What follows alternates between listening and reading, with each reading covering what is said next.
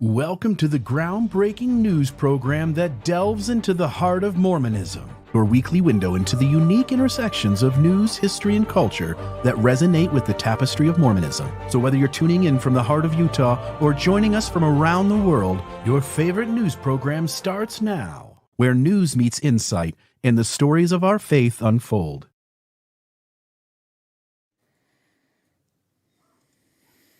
Hi, everybody. Welcome to the Mormon NewsCast. I'm Rebecca Biblioteca. It is Monday, January 22nd, and I am joined by our illustrious panel of newscasters. We have RFM. How are you tonight? I'm great. Thank you so much, Rebecca. And today's date is indeed January 22nd. Yes, RFM corrects all dates. Everyone be careful. And welcome, John DeLynn.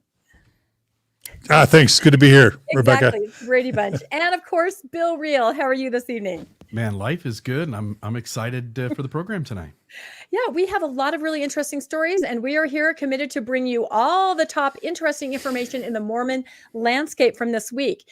Now, before we get started, I have to give a little shout out to a group of very hardworking missionaries who I have been informed watch this podcast regularly in the field.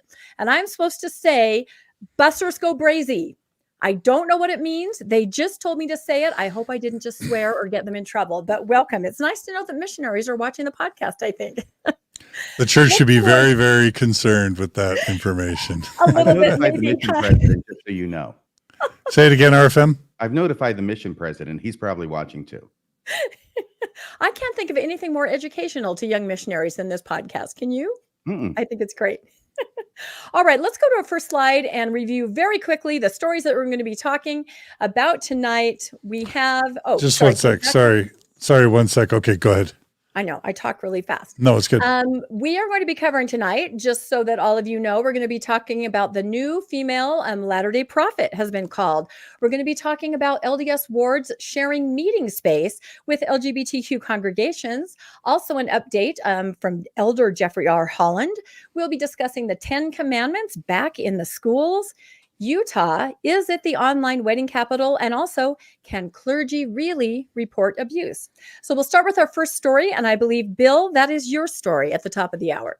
Yeah, I'm super excited to see this little video clip play that I put together, but it has to do with a new prophet going on in the land. So, all right, let's roll the tape. Both the Community of Christ, previously known as the Reorganized Church of Jesus Christ of Latter-day Saints, and the Utah-based LDS Church trace their origins back to the same faith founded by Joseph Smith in the early to mid-1800s. But their paths couldn't be further apart. In recent weeks, we have seen Latter-day Saint women in the San Francisco Bay Area express their pain and hurt after being ordered off the stand. One Latter-day Saint woman said they, meaning the church higher-ups, wanted us for the work, but they don't want us to be visible. And recently, we saw the church release new standards for starting a ward or a stake, with no mention of the women needed in order to do so. In a church that bans women from serving in the top decision-making levels of leadership, at both the local level and the higher echelons of the church, and a leadership that has never had a black person as an apostle. One can easily sense the lack of diversity and perspective has created a lot of blind spots for an alleged prophetic leadership. Blind spots that have its leaders not sensing the right thing to do, such as when it commits financial malfeasance, nor the strength or integrity to speak up or make drastic changes when those leaders get caught. Instead, it has the appearance of a good old boys club where 15 senior white men get to lie or cheat whenever they want, with nothing but silence or cover-up when it's done or the public finds out. But as I look over at the Community of Christ, separated by 165 years of being on a different path, in a historic move for the Community of Christ, the progressive faith community recently witnessed the appointment of its first female president and prophet, Stacey Cram. This watershed moment demonstrates how far the community of Christ has progressed, not only in terms of inclusivity and gender equality, but also in having the fortitude and humility to make significant changes that ran counter to the foundational structures, even at the risk of losing Orthodox believers, to truly do what is right and let the consequence follow. Stacey Cram previously served in the first presidency of the Community of Christ. Her extensive background includes serving as the presiding bishop, as a member of the Council of 12 Apostles, and as an administrator for the Southwest Pacific region. Stacey holds educational qualifications, including a bachelor's degree in general engineering and a master's degree in organizational management. She further pursued a master's in religion from Graceland University and earned a PhD in organization and management from Capella University. Prior to her full-time ministry, Stacey worked as a flight test engineer for the United States Air Force. Cram's call to prophet president will be presented for consideration at the 2025 Community of Christ World Conference. If approved and supported, she will be ordained at that time as the first female prophet president of their church in all of its history. So tonight, I look across that divide that started 165 years ago with a little hope that such incredible kinds of changes are in fact possible here closer to home.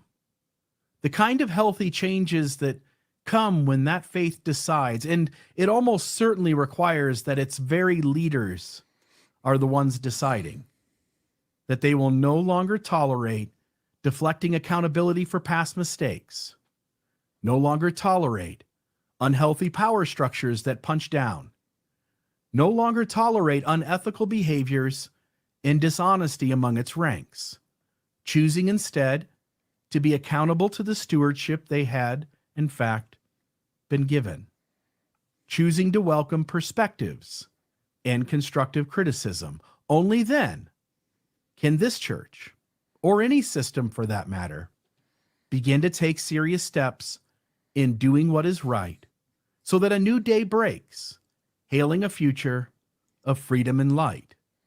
Lightened by hope, soon they'll cease to be galling. Truth goeth onward, then do what is right. Back to you, Rebecca. Oh, thank you for that, Bill. That was a very Both the thorough description of what's happening. And it is a really exciting story. And it's one that I think a lot of us have been following, especially in the interfaith community. I know our good friend Steve Pynakker from Mormon Book Reviews, he's been reporting on this and podcasting on this for over a year now and has been predicting, as have a lot of people, that it possibly would be a woman president prophet. So that's really exciting. RFM, what are your thoughts on this? I understand Steve Pynakker broke the story. Is that true, Rebecca? You know, there was some talk of that. I know the day before the announcement, he did say there would be breaking news. So yes, I think he does. He definitely has his finger on the pulse of the community of Christ. Let's say that.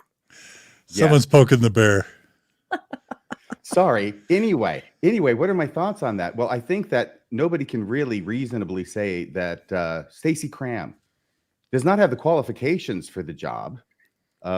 She's not being put there just because she's a woman. She's got a lot of background, a lot of experience, as Bill went over. But I do think that the response from the LDS Church will be to look at Ms. Cram being the new president and prophet, if indeed she gets the votes, which we'll see. But she could, and she's obviously already been an apostle, for crying out loud. The LDS Church will use this as a cautionary tale as to what horrible things can happen when you don't have the real priesthood keys. That's a very good point. John, do you have any thoughts? I got a ton of thoughts. First off, I want to make sure my audio is not too loud. Is that better? I turned it down a little bit. Does my audio seem too loud? It's okay by me. Okay. So a couple things. when I first started Mormon Stories, it was so fun to discover the history of the Reorganized Church of Jesus Christ of Latter-day Saints, or Community of Christ, and to see that, you know, a lot of the things that we're just grappling with now as the modern Mormon church, they were dealing with in the 60s and 70s, whether it's admitting that Joseph Smith practiced polygamy, which meant that they had to apologize and say that they were wrong, whether it was eventually allowing women or people of color to the priesthood. They beat us on all those fronts. They changed their name to be less Mormon-y, and they started distancing themselves from the Book of Mormon and the Pearl of Great Price. They started adding revelations to the Doctrine and Covenants that reflected more modern sensibilities. Just a really inspiring example of a church that actually can admit, you know, follow the steps of repentance and fix things and improve things. So I just love Community of Christ, which is their new name. I do want to say I'm sad to see Steve Veazey, their former prophet, leave. One of my favorite Mormon Stories interviews of all time is when I got to interview the prophet of Community of Christ, Steve Veazey. Just a super thoughtful, wise, kind man. One of my favorite Mormons ever, John Hamer, who's a gay, Mormon who resigned from the church. He ended up leaving the LDS church and eventually converting to Community of Christ. And he and his partners lead the Toronto congregation for Community of Christ as a gay ex-Mormon. So just so many cool things. I love Community of Christ. I'm so happy about this. I do want to add Bill Reel. First, Dan Vogel's in the house. He made the comment that Community of Christ is the Democratic wing of Mormonism, but he also said, great presentation, Bill. And then Theodis says, Bill is amazing. So I just wanted to make sure, Bill, you know that people are really appreciating the videos that you put together. Love it. Can I say one other thing here too, Rebecca, just to add on top of this, which is I think Mormonism has the capacity to change the Church of Jesus Christ of Latter-day Saints, the LDS faction, has the capacity to change everything, and honestly, practically has. Meanwhile, it would want to hold the story it hasn't really changed anything, but it's changed almost everything. The one thing that time will tell if it has the ability to do is to disrupt the power structures of these 15 almost entirely Caucasian men, passing the power down from generation to generation through family lines, with a ton of money and property being stored away. If they're willing to relinquish that to those who are outside of those family lines and those who are outside of being senior Caucasian males. And I have a lot of hesitation, but stories like Stacey Cram give me hope that a faith can make significant adjustments, and decades later, those adjustments can show up as an unhealthy church that's in denial of its history, becoming a healthy church that's fully accepting of real values that make a positive difference in people's lives. Yeah, those are excellent observations. And I was also just thinking, isn't it interesting that they have a mechanism, as they should, within their church, so that someone who's a prophet can step away if needed, whether it is age or whatever. There's a mechanism in their organization that can just happen seamlessly. Another person who's very qualified can step forward, and it just continues. I just love that, because we have nothing like that in, the Brighamite branch of the Mormon Church. We don't. They're there forever.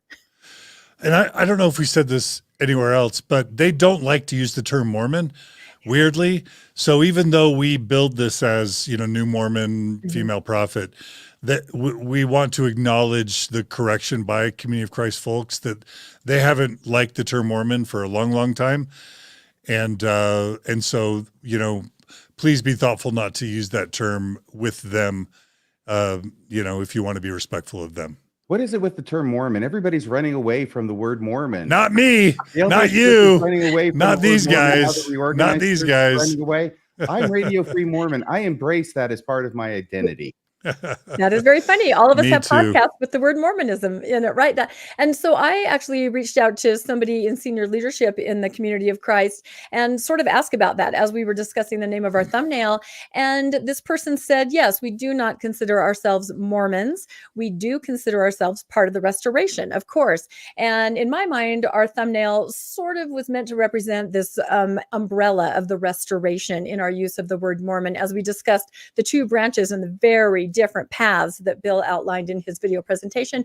And this person actually said, the word Mormon to us is looking backwards and we're looking forwards. So that might be a way to kind of explain their thought on it.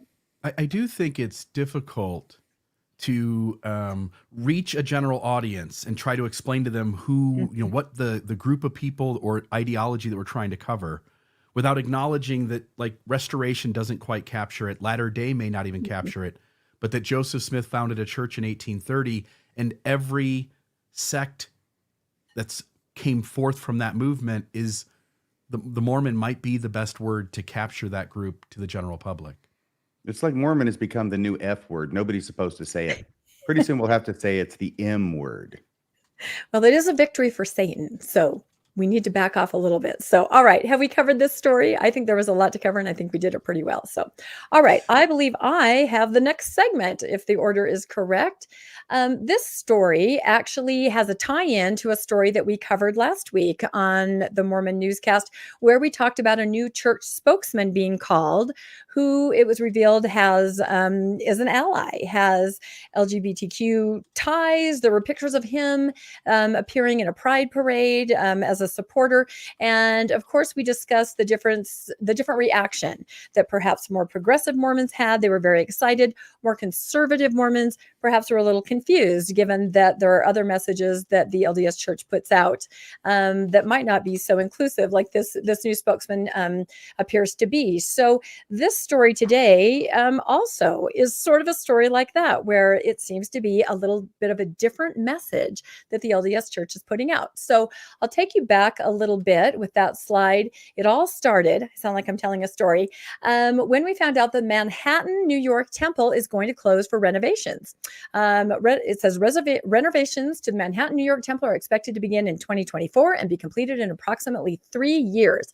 The meeting house, and that's the key here, on the third floor of the temple will also be upgraded. Local congregations will be relocated to other meeting house spaces in the area during the renovation period. So what you may not realize is that in this temple, there actually is a meeting house. There's a basketball court. There is a kitchen. There are chapels. The saints worship each week on Sunday in there in the meeting house, and then are able to attend the temple. So you can see there a picture of the renovations. So if we go to our next slide, because of the renovation, the saints, there are several wards there, don't have a place to meet for the next 3 or 4 years as this renovation takes place. So enter this amazing church that the Mormon congregation, it says, we saw headlines as articles came out, signs lease at a 132-year-old church. So that was unusual on its own. We thought, well, that's different. I don't think I've ever really heard of that. If your building's being renovated, you go to another LDS building. But here we're getting the word that they've actually signed a lease with another building. Here's another headline: Church of Jesus Christ of Latter-day Saints signs 40,000 square foot lease. So a lot of people reported on this and just thought that was interesting, but nobody really looked further to see what kind of a congregation they would be joining. Now, my good friend Steve Pynakker, again from Mormon Book Reviews, he did dig a little deeper into the congregation that our Latter-day Saint wards are going to be joining in New York. So let's go to the next slide. So he was able to find out, let's read this little clip here. New York State President Colin Cropper confirmed the Manhattan First and Riverside Park wards will move to the beautiful West End Collegiate Church building. That's a picture right there. It's absolutely gorgeous, which is the home of one of the 4 congregations of the Collegiate Church of the city of New York. The Church of Jesus Christ signed a 3-year lease for 40,000 square feet of the shared and dedicated space at the West End Collegiate Church facility in Manhattan's Upper West Side. So the LDS congregations are not going to other LDS meeting houses. They're going to be meeting in this beautiful West End church. So why is that unusual? Let's go to the next slide. this is from another article. This is all in the news about this real estate space. A spokesman said that the LDS Church will hold services in the West End space in the afternoon, and the two congregations will share about 10,000 square feet of communal space. And that's important. They're going to be meeting together in a communal space, including the church sanctuary, the gym, the multipurpose room, the kitchen, and the chapel. Once I learned that this building had a gym, I think I know why it was so attractive to the LDS wards that need to relocate. So let's go to the next slide. So the West End Church is a very important church and a very important congregation. So we'll find out a little bit about them, and then I will explain the importance of this. The West End Church is the oldest Protestant church in America.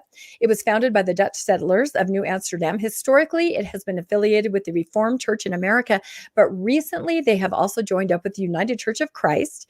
And the United Church of Christ is also a very important church because it has both Pilgrim and Puritan roots.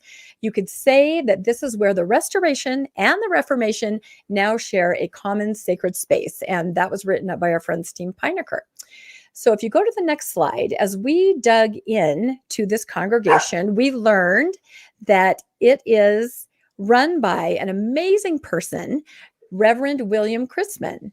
And he, right here, you see a picture of him. He's talking to his congregation. And I've also included a picture of when he and his husband were married. There was a big write-up in the New York Times. So he is just a lovely individual that I had the chance to interview with Steven Pynakker and find out more about this partnership between LDS wards that are going to be part of his space and interacting with his congregation for 3, if not more years. So let's go to the next slide.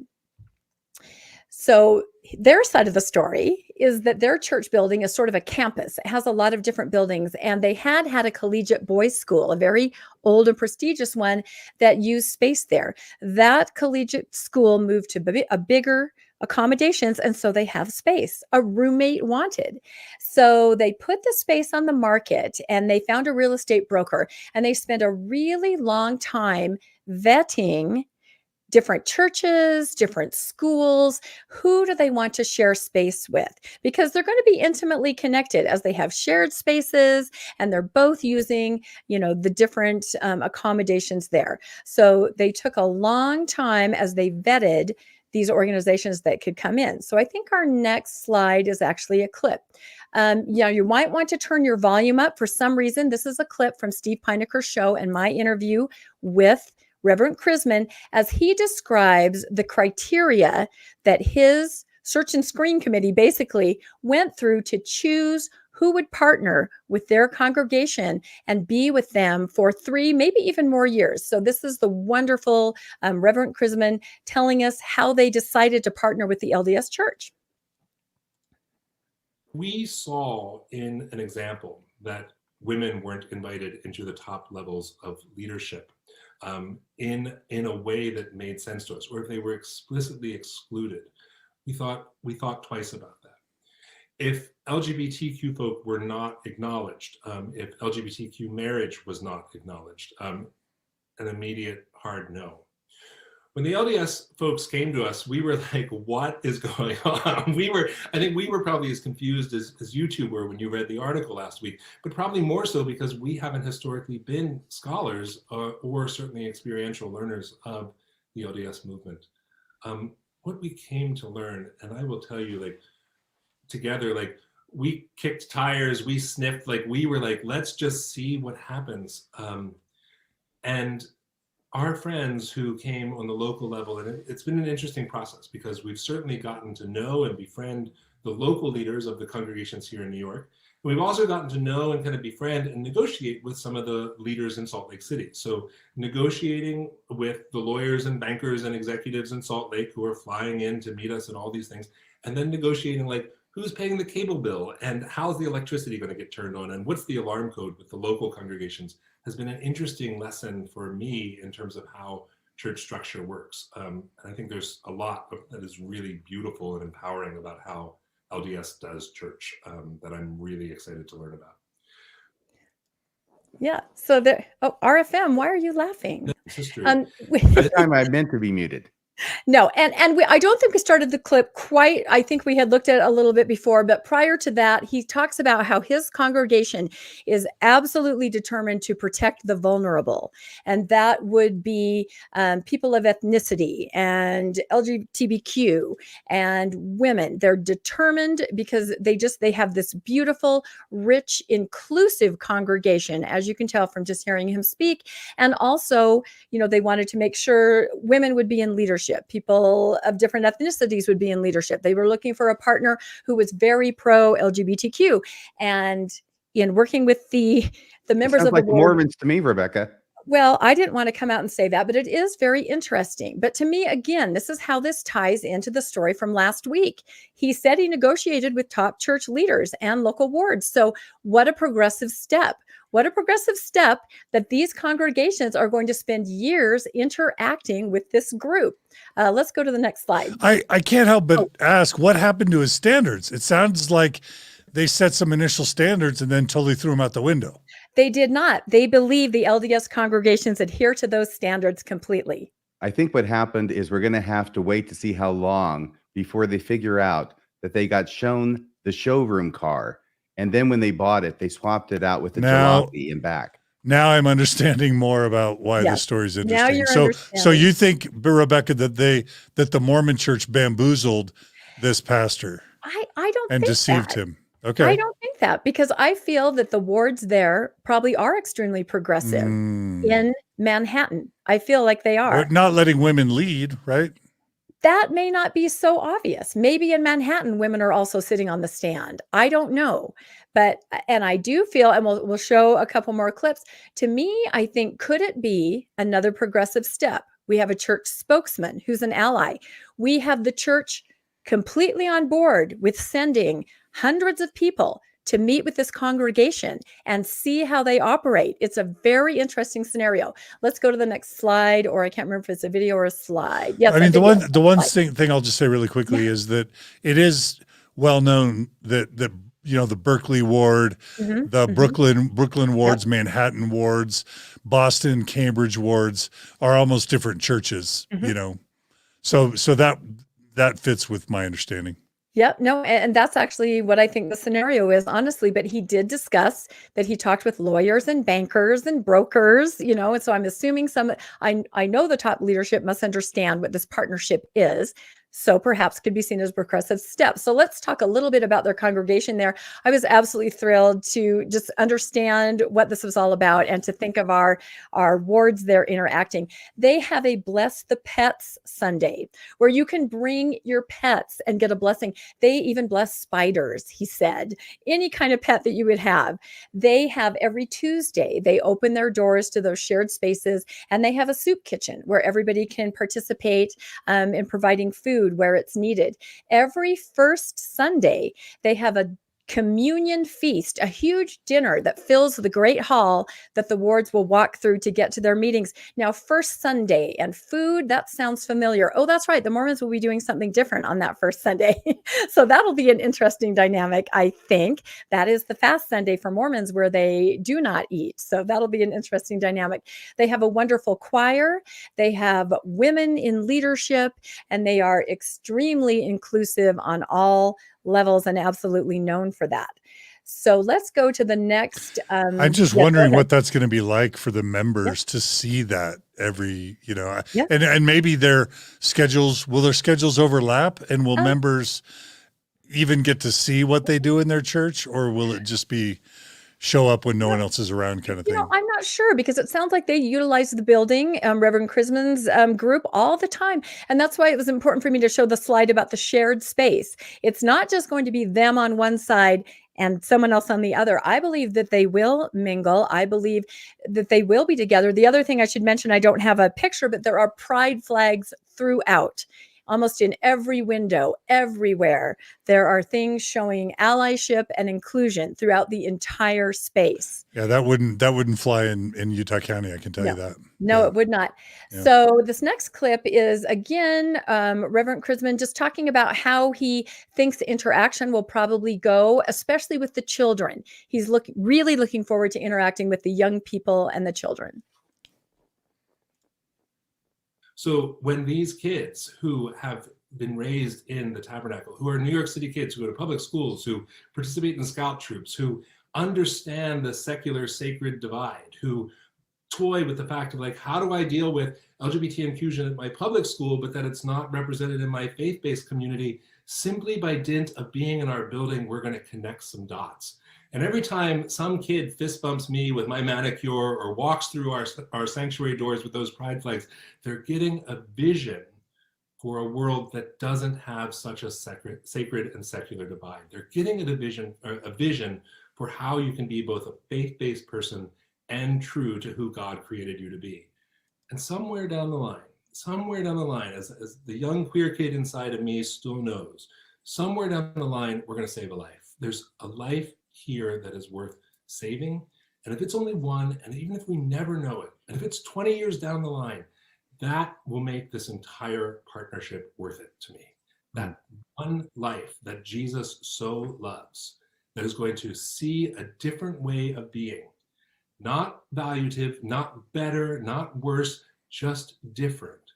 And they're going to say, oh, I have room at the table. This is why we believe women in leadership are so important, so that young girls have a vision. This is why we believe queer people have a voice at the table, so that young kids can see them. This is why people of color need to be in leadership, because we need to be modeling visibility.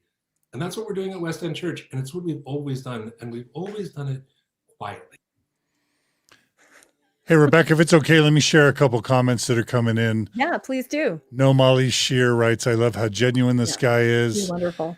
AKA the cat lady says, love his nail polish. Yep. And then New Richard Jones says he seems pretty real. I just wanted to share those. No, he's incredible. I probably can't even express that enough. I had a chance to talk to him before our actual podcast with Steve Pynakker, spent about an hour talking, and then on the podcast. And he just has this vision, as you saw, that simply by existing, simply by having people see his congregation, it's going to make a difference. And that's why I think this story is so interesting to me. I think I have one more clip. I think it's me showing me. But these were just my thoughts on the interview. And I thought that's kind of encapsulated what I wanted to say at the end. So I think we have one final. Yeah, here we go. Me being incredible. And I am thrilled for the learning opportunity I believe that the LDS congregations will have, because the values that you espouse, I think these are going to be incredible for the LDS church to see. The idea of opening your doors to people to serve food. You know, here in Utah, a lot of other denominations do open their doors as warming centers. The LDS church has opted out of that. They do not do that. They do donate supplies to the other churches, but as far as actually opening their doors, they have not arrived at that yet. So a learning opportunity there. The idea of showing the LDS congregation women in leadership. LDS people do have women that do serve in some leadership, but there's nowhere in the LDS church that a woman could make a decision that would not have to be checked by a man. So for them to be able to see this in your congregation is going to be incredible learning opportunity. And just the diversity and the inclusion that you're going to be able to show in LDS congregations and in the faith, a same-sex marriage would be grounds for excommunication. Even just a few years ago, I know they're moving away from that. So to be able to see your beautiful congregation and your wonderful people is going to be an incredible opportunity just to experience something different for them. So I'm really excited. I'm especially excited for children and young people to see this example. In our LDS faith, we have a document called the Proclamation of the Family, you know, that definitely holds up a certain point of view of one man, one woman, very rigid gender roles. For these congregations to be able to see something different and something with such love in it, I am, as I said, thrilled for them to be exposed to this. And I think it bodes very well for the future. So I'm excited. I hope everybody's as thrilled as you are, Rebecca. I'm really excited. I'm thrilled. I think that's the takeaway. Oh, I'm thrilled. I don't know. Thoughts?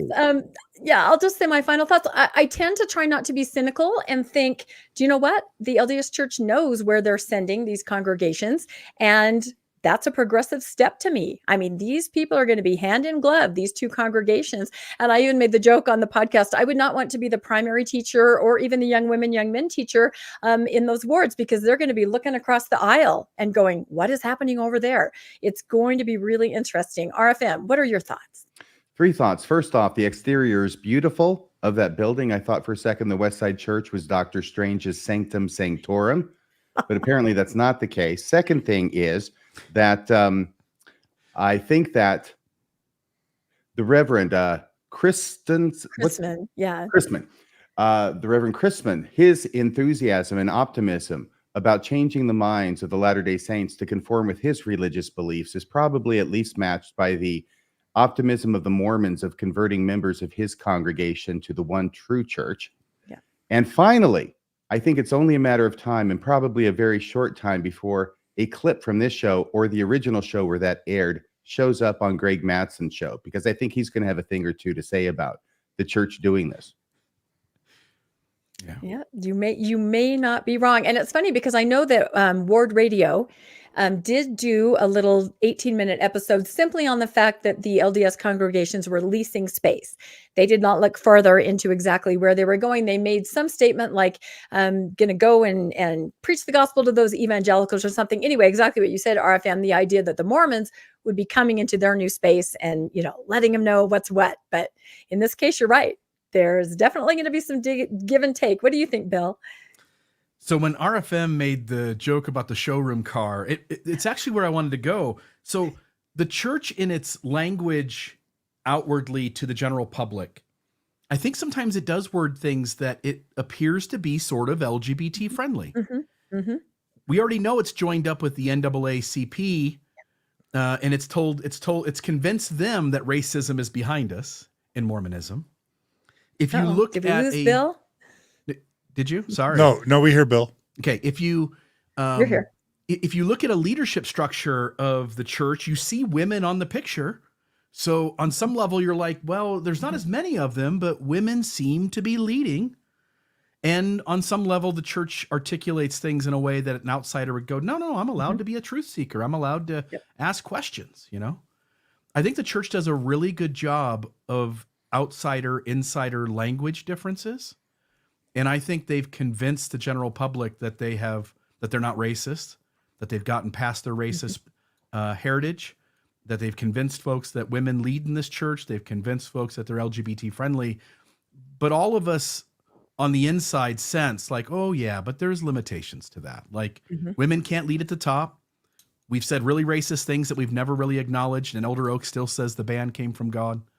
And so you see this pastor sort of get the wool pulled over his eyes.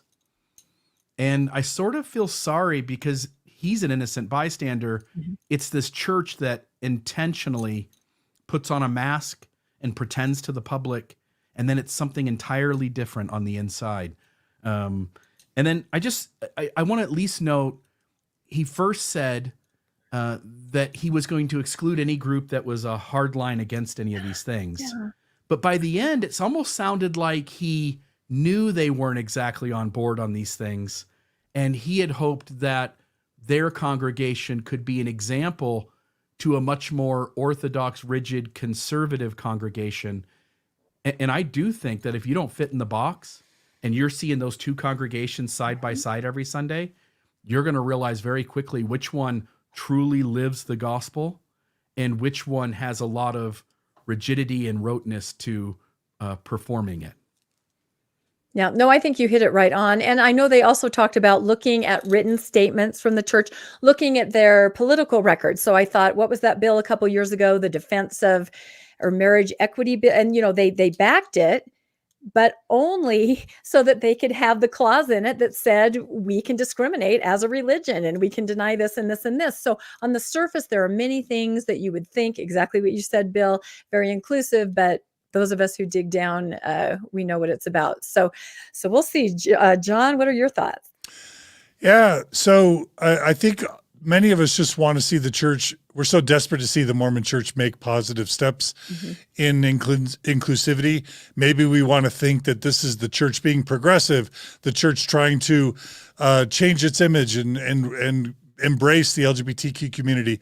That's possible. It's also possible that like real estate's really hard to find in New York. And this was like the only building that was available, that was affordable, that was in the right location. And it could have been just very much a tactical decision. And without having insiders to tell us which, we kind of are left to guess. I think every time that I try and hope that the church is really changing, sometimes they tend to dash my hopes a little bit. I'm going to just turn the rest of my time over to our viewers and listeners. There's some really great comments coming in. Anthony Campbell writes, I hope Dallin H. Oaks doesn't try shock therapy on him. In other words, referring to Dallin H. Oaks as president of BYU when he approved electroshock therapy for gay people. That's he denied tragic. that, though, John. I know. He denied that, damn it. I know. But that's kind of it's dark humor because it's tragic. And now JC writes, I bet that he has not read the proclamation to the family. I hope he looks it up. Jamie writes, is this the church's way of saying they support LGBT without including them in our wards? Makes me mad. He seems like a great guy. Facebook user writes, there's no way they can rub shoulders like this for 3 years without some spillover of greater tolerance and open-mindedness. Let's hope that that's true. Guy McDude writes, how many Mormons will convert to this dude's congregation? I would say few, but maybe one or two. I can't imagine little girls seeing female pastors and saying, hey, mommy, why can't I be a pastor or a bishop someday? Yep. D. Luley writes, this is testing the waters of tokenism. They're hedging bets and can avoid talking about women. It's balancing propaganda.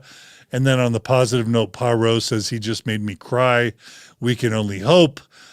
And then finally, JC writes, I'm just feeling cynical about this. Yes, Manhattan congregations are not Utah County, not what he seems to think. Anyway, thanks viewers and listeners for those great comments they add to the show. So thank you. Can I just say too, our ward building was renovated for a year or two, and our bishop had to go do the similar thing, go find a place to put us for a couple of years while our ward was remodeled. And we were the only ward in 11 cities, 3 counties.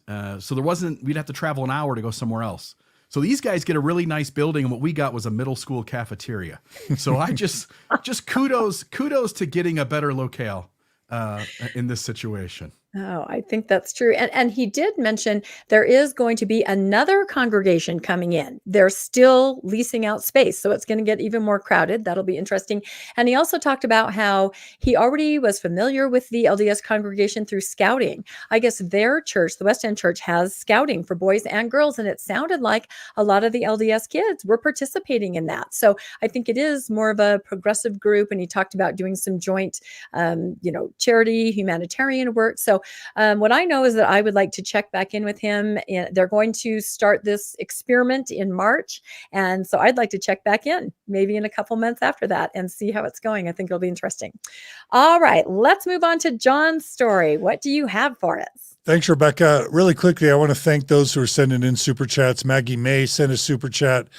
Theodis Whoopi wrote, 4 very thoughtful and intelligent human beings. I love this newscast. Thank you so much, Theodis Whoopi.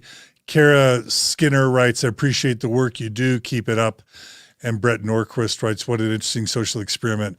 I hope it benefits both groups. Great discussion. We appreciate donations of all types. We're all trying to make a living off of our work here. So thanks for the super chats. Please keep them coming. Also, please do hit the like and subscribe button on whatever channel you view and on all the other channels that are here. The more that our channels are subscribed to, the more the YouTube algorithm shares the content. So please subscribe to Mormonism Live and Mormon Discussions and Mormonish and Mormon Stories. Thanks so much to everyone for that. Okay. So really, my video clip is very short today. I was on Instagram, and I follow Jeffrey R. Holland's Instagram, and he released a video recently. He's visiting some sort of stake, and he was sitting at a table with a woman, and the woman at the table asked him a question. She asked Jeffrey R. Holland, what is your message for anyone who goes through hard times and is discouraged? I should add that we know that Jeffrey R. Holland was ill last year. that there are many reports that he almost died. So I think he's communicated that he feels like it's a miracle that he's still alive. He now is the acting president of the Quorum of the 12 Apostles, now that M. Russell Ballard has passed away. And, so this is sort of, I think it's a video that might be trying to show his vitality, that he's up, he's about, and he's doing the work of the Quorum. But this video, it's short. It kind of bothered me a little bit. And so I wanted to share it, and then I'm going to share a bunch of comments from people to see if others were bothered like I was, and then I want to hear if the panel's bothered at all. So let's go ahead and play the clip. Message for anyone who goes through hard times, is discouraged, and then just gets up and moves on and presses forward and does their jobs. Well, that's life. That's the Savior's life. It's the prophets' lives. We've all had challenges and faced difficulties, and you have to remember that we win. That this is a victory already registered. This is the only ball game I know of where the score is already on the board, but we're still trying to decide which jersey we wear. It doesn't make sense to me. Everybody ought to understand that. But that's why we get up and go forward, is because we know the end. We know the final result. And so that's the clip. He basically refers to membership in the church as winning and losing, as a ball game. We should all know what the right jersey is to wear. Everybody should understand it, and that we all know the end. So yeah, that kind of bothered me. I'll just show the clip. This is the only ball game I know of where the score is already on the board, but we're still trying to decide which jersey we wear. I'm going to go ahead and just share several comments, just to kind of show a sampling of how people reacted to this. Eric Bustos, who's been a supporter of Tim Ballard in the past, he's still a Christian, still a member of the church. He writes, yes, he is saying that Christ has already won the spiritual war. He rose from the grave. He conquered death. Now we get to choose whose side we're on. So Eric is taking this in a very sort of macro Christian view, that Jesus overcame sin and death, and we just need to join the team. Others felt differently. Neither secretary writes, I think he's referring to the idea that because Jesus saved us, we will all get to live in an eternal paradise after we die. I think that's the victory he's talking about. I think he believes that this message is supposed to give us comfort and hope. However, neither secretary from Reddit writes, it's never resonated with me. As a true believer struggling with loneliness, it felt dismissive. Believing that things would get better after I died never gave me any hope or made me feel better. I don't know anyone who felt encouraged by that message, and I wonder why they kept repeating it. As an atheist, I understand that it's because that's all they have to offer, and I'm so glad I don't have to try to cling to unhelpful messages like that anymore. Mel Annie writes, he's been saying this for years. I had it written on my mirror as a teenager. He's so convinced he's playing basketball, but there's not even a game happening right now. It's a delusion. Brian Juan Solo writes, I would offer him to present this argument to anyone who is even the tiniest bit critical of Mormonism. It's easy to sound obvious when you are surrounded by the already converted. I thought that's true. It's that insider outsider speak. These guys can get away with almost anything when they're talking to insiders. Dream Helix wrote, I think it's a silly question to begin with. What do you say to the people who have it rough but slog on and do the needful? Where's the actual question in that? Then he somehow flips the answer to not congratulate people for making it through hard times, but instead call anyone who doesn't do it his exact same way blind. She doesn't feel like that's very kind. A.D. Cordell writes, what a privilege it is to have lived that long and to still be that naive. So they're calling him naive. Bill, you're laughing. You like that. RFM too. That was good. Mike LLK writes, nothing says prophet like vague platitudes. You're going to win so much. You're going to get tired of winning. I really like that quote. Sir Mommy Cowbell writes, sounds like a dismissive non-answer you'd get from a seasoned politician. Blather on about nothing, nonsense. until they forget what the question they asked even was. Carly Oneida writes, it's any wonder with rhetoric like this that coexisting, thriving, or even just surviving in a mixed faith marriage when a spouse leaves the church is so effing difficult. See also family relationships. And Rachel adds, the us versus them mentality needs to go. Shelby writes, are you freaking kidding me? Tone deaf and arrogant and ignorant. I'd love someone to show him the numbers of members dropping and a list of names of all the people in the LGBTQ community who have lost their lives to suicide because of the Mormon Church, for example, and the church has never apologized. And it goes on and on. Several people mentioned the second anointing. I'll just give one example. Catherine N. Class writes, Holland is talking while thinking celestial, not thinking day to day. In that scenario, Holland's victory is already registered, but he seems to have forgotten that most people haven't had their second anointing, so their victory has not yet been set in stone the way his has. Therefore, his advice and encouragement is pretty meaningless to the general population of members. And I'll just skip to the end. There are other comments about it. The last person I'll write says, my thoughts, Holland looks, and I redacted the word because it was pretty mean, and shouldn't be forced to return to work after dialysis and the death of his wife. And then Lad Rack 1 wrote, let them retire. So those are some of the reactions. I was wondering whether I was being petty. Rebecca, what do you think? Was I being petty? Is this a story? Is this just nitpicking? And you're muted, Rebecca. I have dogs here. I try to mute. I don't think it's nitpicky at all. And again, I say, look at the community of Christ. They do let people retire. I had not seen a video of Holland recently, and that, I have to say, that made me a little bit sad. No, I've heard so many statements like this, being the church for over 5 decades, that I just tune them out because it is a lot of platitudes, but it's that very dangerous idea of putting all your eggs in the next life basket, right? Everything's going to be okay later. You are ridiculous for worrying about something now. What's wrong with you? You know, that you're feeling bad or sad or lonely or depressed.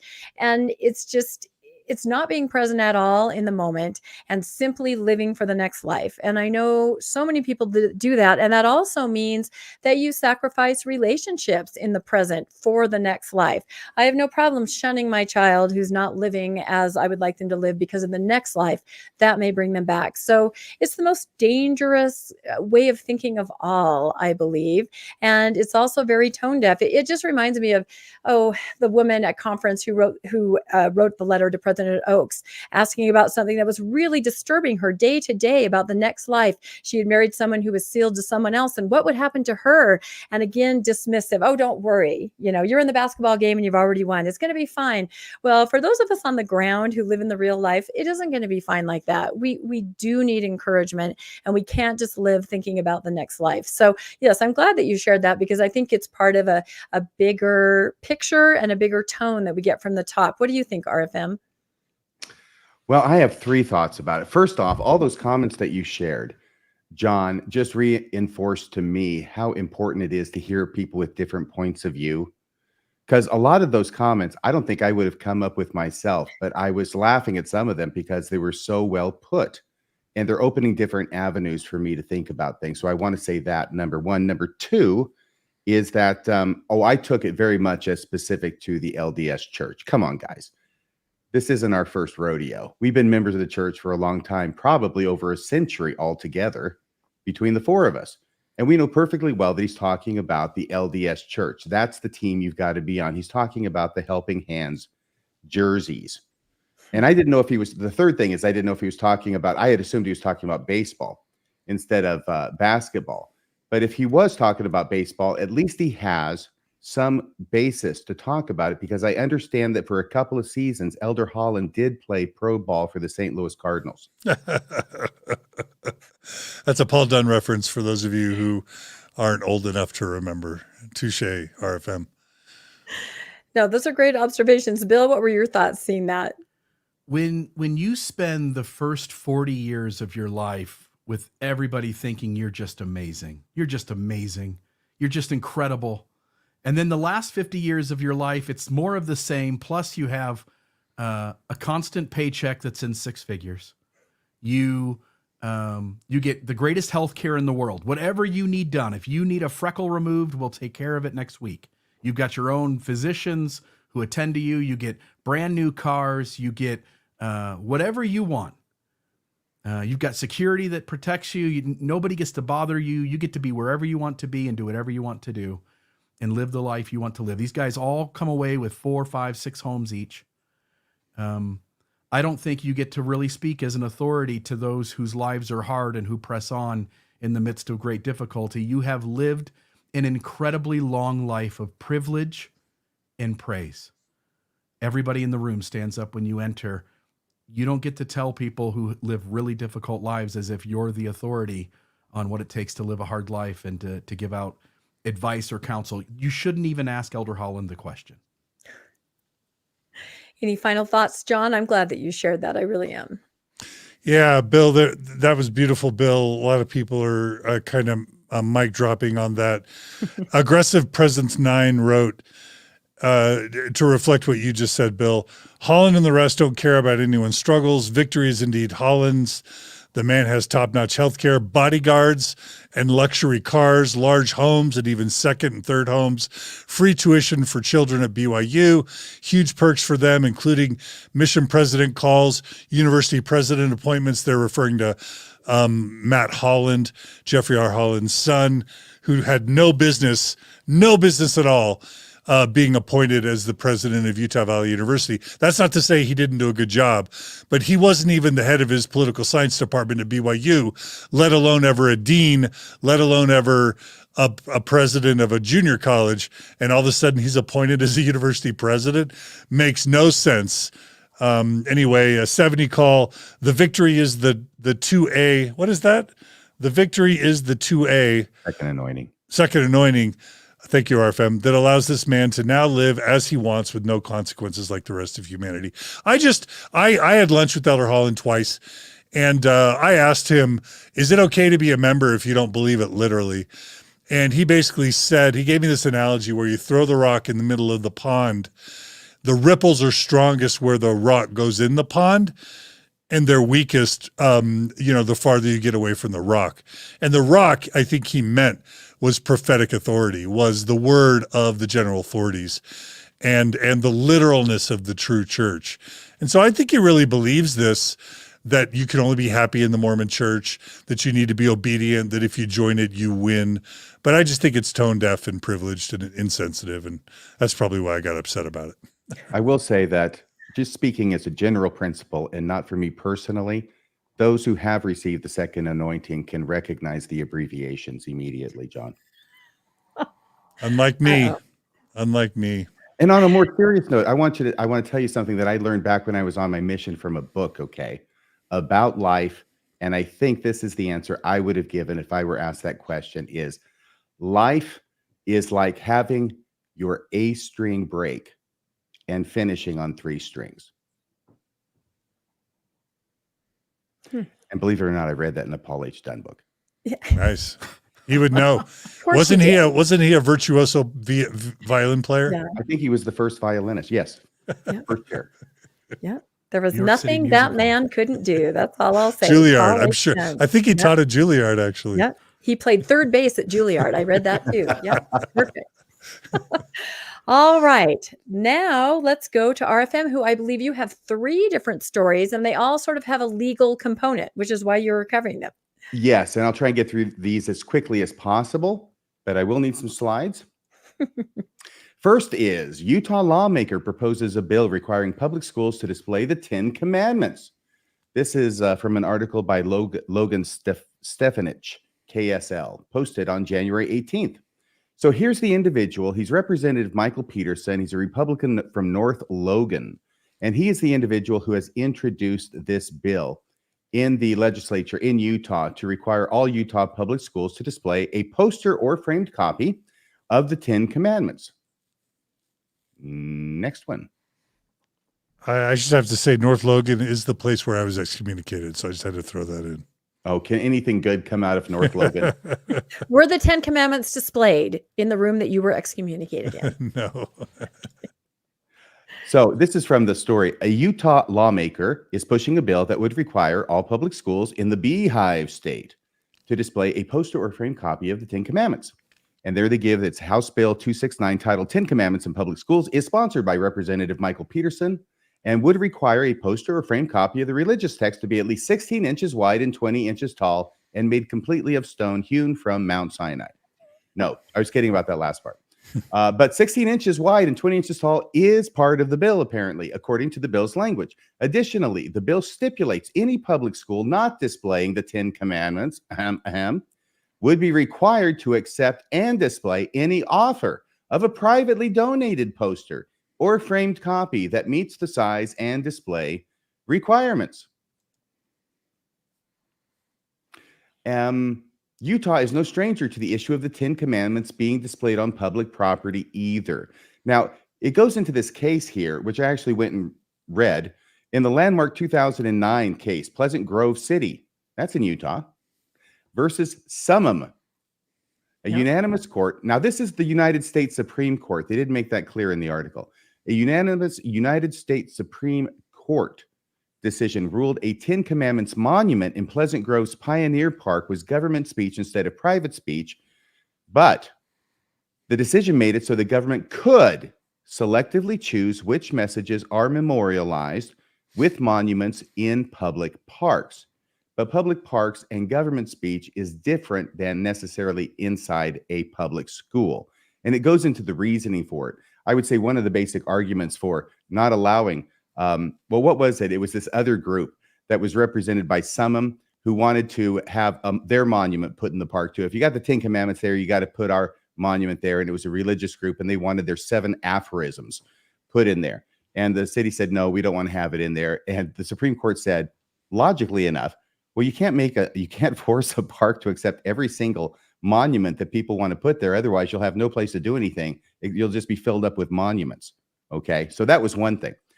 But it is different than schools. Summum, which is a small religious sect based in Salt Lake City, yep, I just said that, brought a lawsuit against the city of Pleasant Grove for displaying the monument and for declining a request to display a monument of Summum's 7 aphorisms. Okay, so here's the Supreme Court. Now, I went and did a little bit of research here to refresh my recollection from constitutional law, which I took back in 1986. And things haven't changed. They've changed a little bit, but not that much, at least in regards to schools and the 10 Commandments. And I went and I got this information from an Anti-Defamation League circular from 2012. The Supreme Court has extended this prohibition against 10 Commandments displays in schools in the majority of cases considering official posting of the 10 Commandments. In its landmark 1980 decision in Stone v. Graham, striking down a Kentucky law requiring that a copy of the 10 Commandments be posted in every public school classroom. The court said this: the preeminent purpose for posting the 10 Commandments on schoolroom walls is plainly religious in nature. The 10 Commandments are undeniably a sacred text in the Jewish and Christian faiths, also the Muslim, and no legislative recitation of a supposed secular purpose can blind us to that fact. In other words, you're saying it's secular, it's secular, it's secular, but yeah, it's religious. The commandments do not confine themselves to arguably secular matters, such as honoring one's parents, killing or murder, as in don't, adultery, stealing, false witness, and covetousness. Rather, the first part of the commandments concern the religious duties of believers, worshiping the Lord God alone, avoiding idolatry, not using the Lord's name in vain, and observing the Sabbath day, which are the first 4 commandments. So that has been pretty much standard from at least 1980, and I think before then, up till now. However, I think that what is likely is that this is being introduced. By the way, this is just introduced. It hasn't even passed the House as of yet, much less the Senate, much less been signed into law. But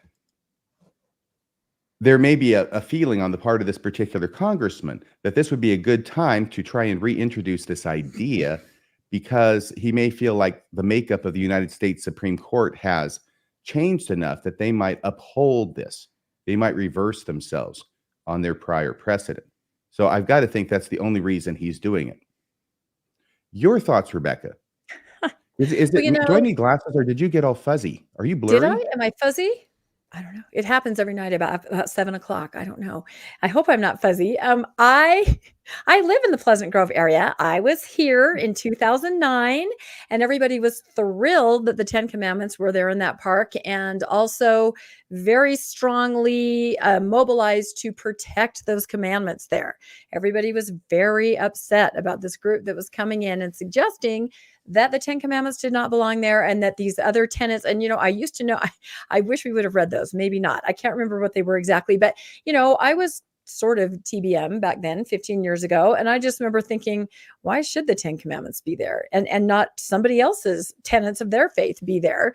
Maybe we could do something else, like, I don't know, a dog walking park. Let's make better use of the space. So, but it is kind of the age old question, isn't it? And I think to put it in the school, that is a different scenario, right? That is something where the vulnerable, right?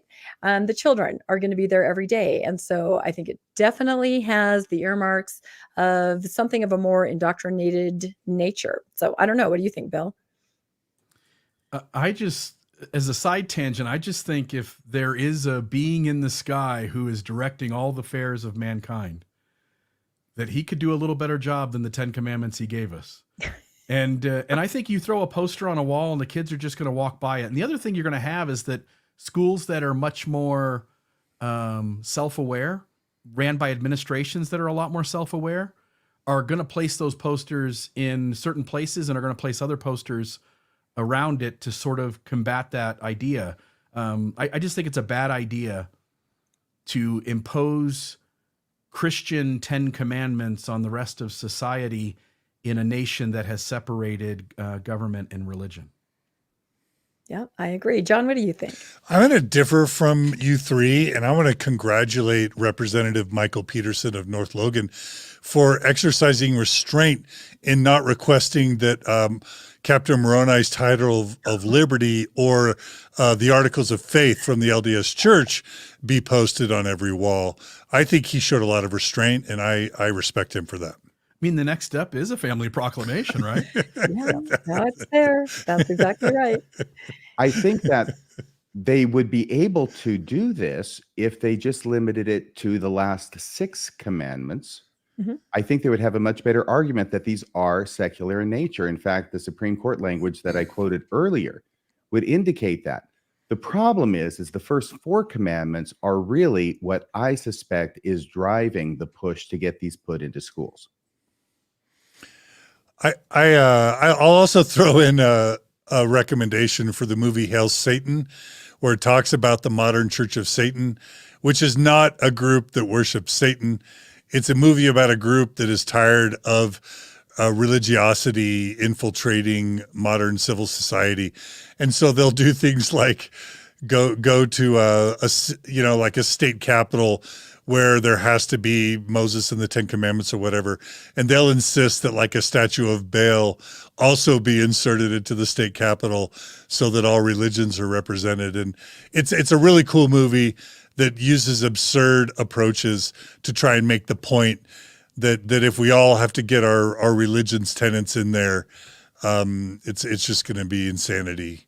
Why can't we just agree on some be kind, love each other, help the poor, alleviate suffering? Why do we have to, pull text out of a specific religious text? It's just absurdity in 2024. These guys can't even agree on which 10 Commandments. I mean, most of Christianity still to this day disagrees about how to split the 10 Commandments into the 10. There is debate over one of them being split into 3 or another one being split into 3. And so they can't even settle on that.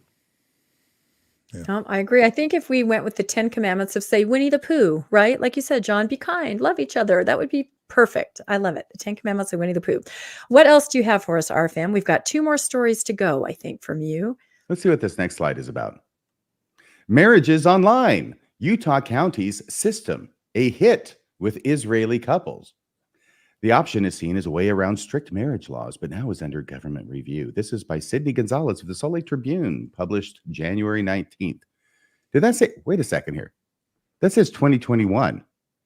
It can't be that old. Is that a 4? It's 2021. But I don't think so. That this was is a new story. Yeah, Well, it was a news story. So it might be a typo. Yeah, I Well, think it's okay. Anyway, this is the news, even if it's from 3 years ago, folks. It's not. Okay. This is what's going on in Utah County, is that they're allowing these marriages to be done online. The entire process from applying for a license to saying I do and receiving a marriage certificate can be done online in Utah County. In fact, couples don't even need to be physically together for the ceremony, as long as a Utah officiant can see and hear both of them over video call. The online system launched in January 2020, right before COVID, to better meet residents' needs, but officials never imagined such a demand from overseas.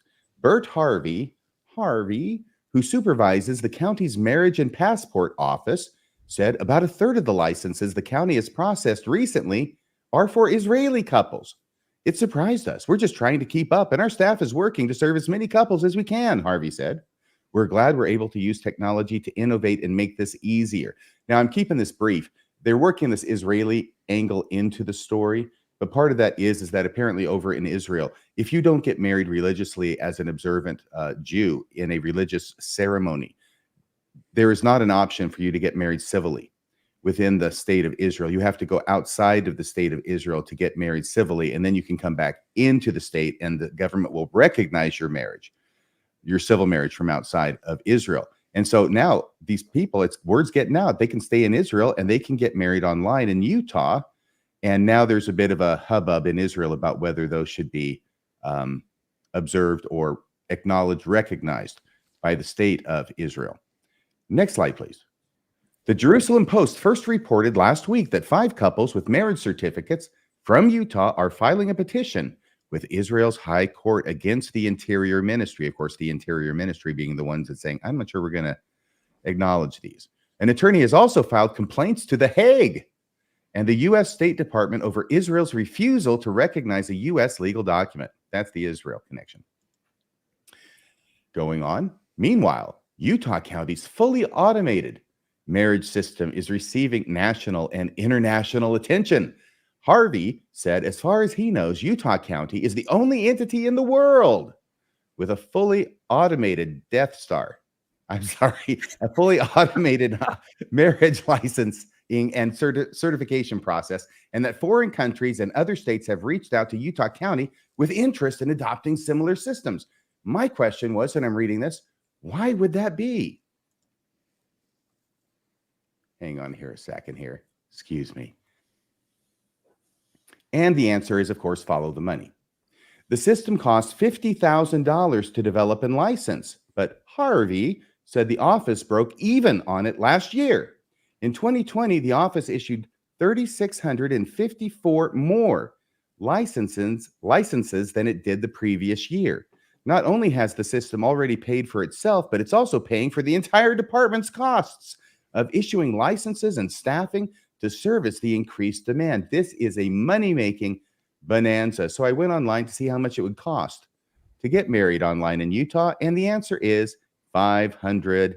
$499, but I'll round it up. It's $499. I long wondered, do people really not understand that people know that that's $500 minus one, or do they just think it's closer to $400 when they do $499? It's psychology. It works, RFM. It's psychology. Oh, well, if it's psychology, it must work. That's okay, right. And here we go with me trying to do math. Okay, so I did this 3 ways with a calculator as well as longhand, and you correct me if I'm wrong, but at $500 a pop, 3,654 more licenses is $1,827,000 that the county of Utah made just in the licenses that they did in addition to the ones they did the previous year. So I would say saying that the system, that this pays for itself is an understatement. Wow, that's cool. Question. So the $500 cost is just the out of state folks wanting to get, because I think in Utah it's like $50, right? And so it's, That part I don't know, yeah. but you're an officiant. Yeah, as a wedding officiant here in southern Utah, I've been following this news. I mean, and you're right. There was a story this week about this, but Yes. this has been in the news kind of bouncing around for a couple of years. And I've been thinking about it a lot because even though Mormonism controls the state to a large degree in terms of what it wants politically, the Utah is actually probably the most LGBT friendly state, because two Koreans, for instance, two men, Korean men who live in Korea, can get a Utah marriage license. I can marry them over Zoom. Utah doesn't give two licks. And then those two men, if they're in a place where gay marriage isn't allowed, like North Korea, I think, they can get married and nobody's going to know. Like, they just got married in Utah by a Zoom meeting with Bill Reel, and nobody knows the difference back in Korea. I think it is kind of a cool way that the things Utah stands for, sort of the opposite, is why this process gets used. Well, it has been said that you can get anything you want in this world for money, and apparently that includes a marriage license from Utah. By the way, Bill, if anybody out there wanted to be married by you, what would they do? Well, they would just reach out to Bill Reel and give me a date, and if I've got an opening and I throw a price and the price is okay, and I really think I'm probably the cheapest guy in Southern Utah, reach out. Ooh, you heard it here. I'll do a wedding. Is it $499 that you charge? No, I charge so first off, in Utah, if you're a Utah resident, I think the marriage license is only $50. And I only charge between $200 to $500, depending if I have to travel. But $200, you just come to my house and I'll say the magic words and you walk away married, and $200. And I think I'm the cheapest guy in town. He said Very it good. So again. you heard it here, folks. Should they contact you by what, Facebook Messenger or what? They can just reach out at billreeljr@gmail.com. Okay, very good. There we go. Glad we got that You're a plugged in. jack of many trades, aren't you? I thought this was really interesting. At first, I was kicking around, okay, why? Why would we have this very convenient online system to marry people? And I kind of thought, okay, it started in 2020. I initially thought COVID, and you've got all those BYU students, people in Utah County that have got to get married, because if they don't, who knows what could happen, right? You've got to make it very convenient, and they can no longer go to the temple. The temples were closing down. So that was my initial theory. RFM pointed out that it began in January, right, is where this system was kind of set up. So that was pre-COVID. So I'm not sure that is it. But I know that there might be concern with abuse to the system by polygamous marriages, right? Or perhaps sort of an underage kind of thing. It just seems like there's a lot of room for things to slide by, where you don't have at least one person that has to reside in the county where you're getting married. So I see both sides of it. I see Bill's side, where how convenient for people that don't have opportunities, but perhaps there are, avenues for abuse if not regulated. So I'm not sure. What do you think, John? It's an interesting story. Yeah, for the sake of time, I'll just share this comment from Danny. He writes, $499, just shy of $500, is just shy of her 14th birthday. Yeah. So a fun reference to the Gospel Topics essay on polygamy. Speaking of polygamy, I think that's one of the things that the story mentions, is that the bill was being introduced in order to give greater oversight to how this is done, because apparently, at least on one instance that they know of, inadvertently, the state of Utah, or the county of Utah, had married a person polygamously in a foreign country. Yeah. I mean, a lot of room for things to go wrong, possibly. So, but interesting. And I think we have one more. We're getting down to the end. Message to Utah bishops, pastors, and priests, all those clergy people: you can report suspected abuse even if gleaned in a confession. Utah Lawmaker is pushing a bill to make that clear to clergy. This is from the Salt Lake Tribune by our good friend Peggy Fletcher Stack, posted on January 22nd, 2024. What this is a bill that's being put in front of the legislature. It's really more for education, I think, than anything else. But if we go to this, we'll see that what it is, by the way, I took this from the very end of the article because I thought it would be a good place to start the article. In the wake of an Associated Press investigation into a case of child sex abuse by a Latter-day Saint father in Arizona, last year, 3 Utah legislators put forward bills that would, in some capacity, require or permit clergy to report abuse to law enforcement. All of those bills failed. So that's the end of the article, but I'm putting it as the beginning of my reporting on the article because that gives context to what it is we'll be talking about in this new bill, which is put forward by Representative Brian King in HB, he's a Democrat, House Bill 131, makes it clear that ecclesiastical leaders can report such cases. All it's doing is it's trying to emphasize and educate what the law in Utah actually is. Even if the information comes through a spiritual confession, and even if their religion opposes revealing those clergy penitent conversations. It's true that Utah law removes clergy from the requirement to report abuse they learn about in confessions. Repeated attempts to erase that exemption have failed, but King's measure clarifies that nothing on the state's books prevents them from notifying authorities. HB 131 is intended to make Latter-day Saint bishops and other clergy more aware, he said, that if they want to report suspected abuse, they might be in trouble with their church, but not from the law. So once again, this is sort of just trying to, I think, make a political point, because frankly, LDS bishops are much more concerned with whether they get in trouble with the church than whether they get in trouble with the law. But he's trying to point out that even under the law, as it currently states, yes, they can report confessed sex abuse to authorities. King also wants the general public to be aware of the distinctions. Clergy are not going to get into trouble for acting out of conscience, he said. Legally, they are on safe ground. In conversations with Latter-day Saint officials, King said they wanted a provision that guaranteed the church would have, quote, no exposure to liability if a bishop chooses to go to law enforcement, unquote, after hearing a congregant's confession. The legislator said he is considering adding that provision. The church declined to comment on King's bill. And I added that last part because I think it's important to remember that when it comes to the issue of reporting sex abuse that's going on by your members in your own church, the most important thing is making sure that the church has an exemption so they can't be held legally liable for doing the right thing. This reminds me of your podcast, RFM, that you did on the Arizona case. Yeah, if you guys haven't watched that, I know I'm talking about his podcast on another podcast, but I don't think I've ever seen you be so kind of angry and passionate about something, where you brought up the point that, yeah, you can, you don't have to, but you can. So why aren't you? So I would encourage anyone to find that podcast. It was extremely powerful. Any other thoughts on this bill? Are you asking Bill or on the bill? On the bill. Any On the other bill, thoughts Bill. on this bill, comma, Any Bill? comments on the bill? It just strikes me. I'll say that the church wants an exclusion that says, look, the bishop says something to report it. It doesn't matter what we did as a faith for 10 years in that person's life. We want to be protected. And I think when you start to go like, they're not just talking about the moment the bishop speaks, they're wanting to be protected from everything in that victim's past that has a connection to the church.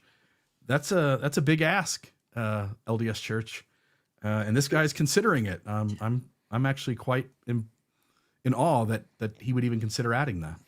The church does seem to be very concerned about protecting itself, but not really concerned about protecting its members.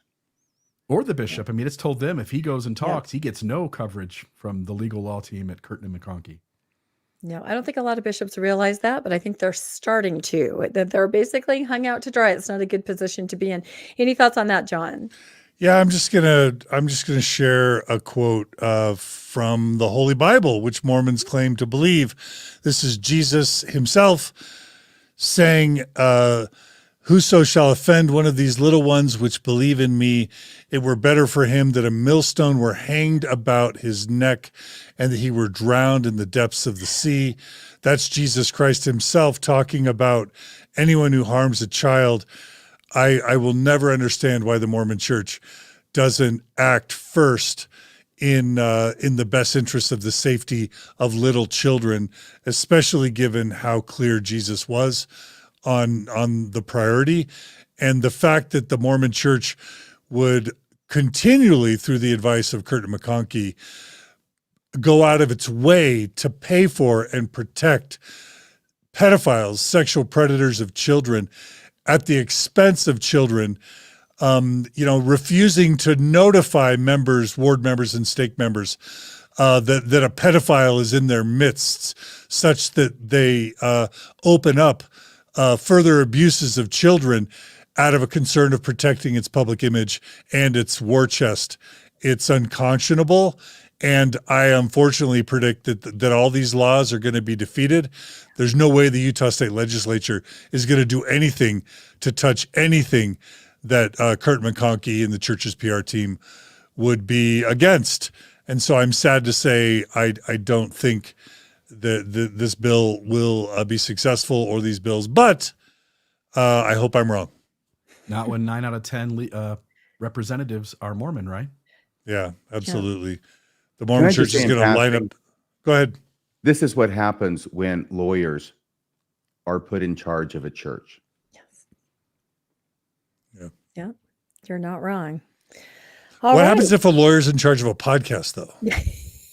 Well, then it becomes just this exceptional kind of thing that it's a much shorter podcast, apparently. That's right. We're not 25, 30 minutes shorter. No, we're not going to hit that RFM 1 hour, but Right. I like to let people talk, and that's how it is. Yes, But brevity is the soul of wit, John.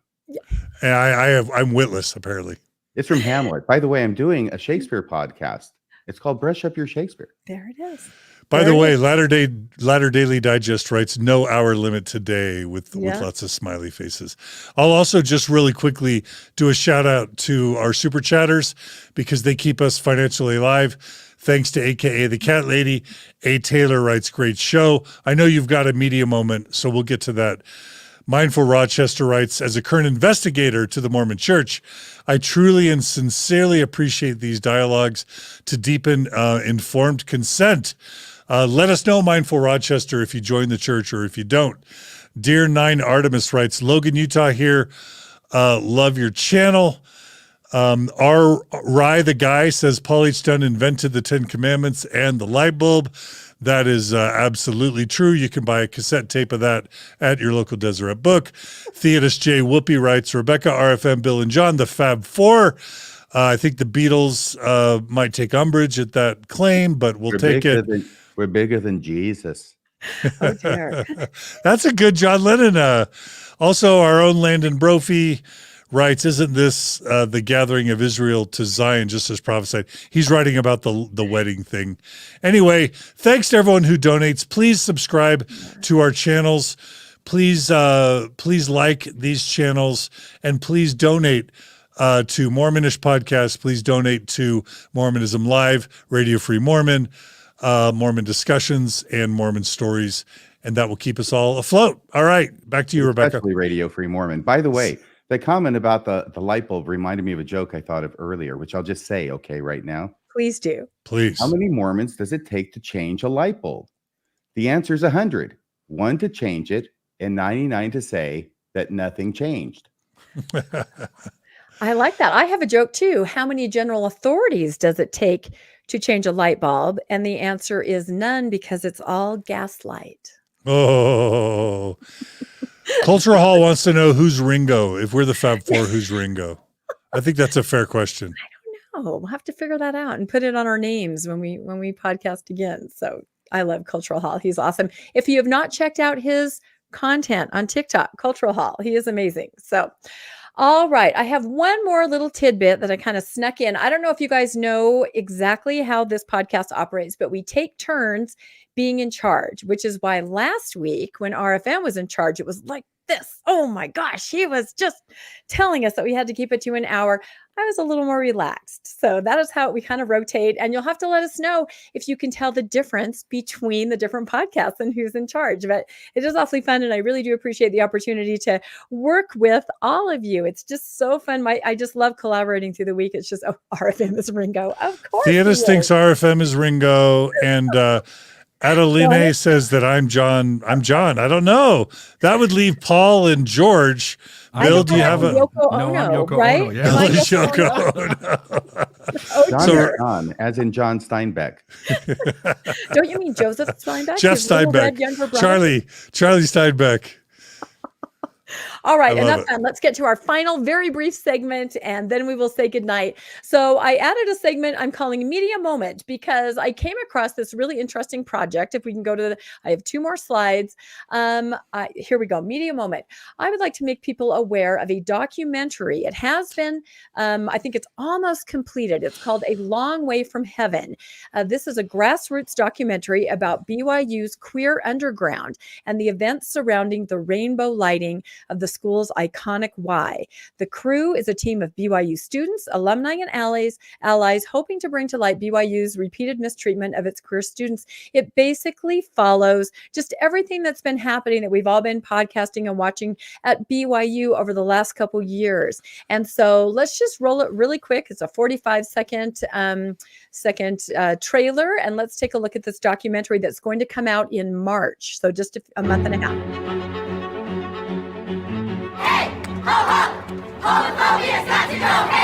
This has gone on too long. These kids are still facing such risk just to be out shining a light on a piece of rock. You don't understand what's happening there. If we weren't there, I don't even know what would happen to these kids. They're simply saying, please don't treat me like this anymore. That gets framed as hostile. If you love an institution, it is your responsibility to make it better. If you love your family, are you gonna stay quiet as someone endures abuse?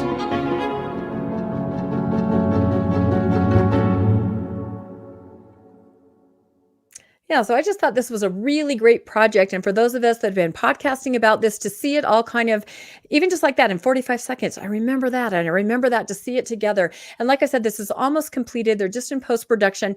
I've talked to these wonderful people putting it together, and it's really a worthwhile project. So look for that in March. It's going to be put into some film festivals. They do have a Kickstarter if anybody would like to financially help them, but a really good project, just kind of bringing it all together and showing us what has happened over the last year and a half or so at BYU. And it's really important because I feel BYU is a microcosm for the church at large.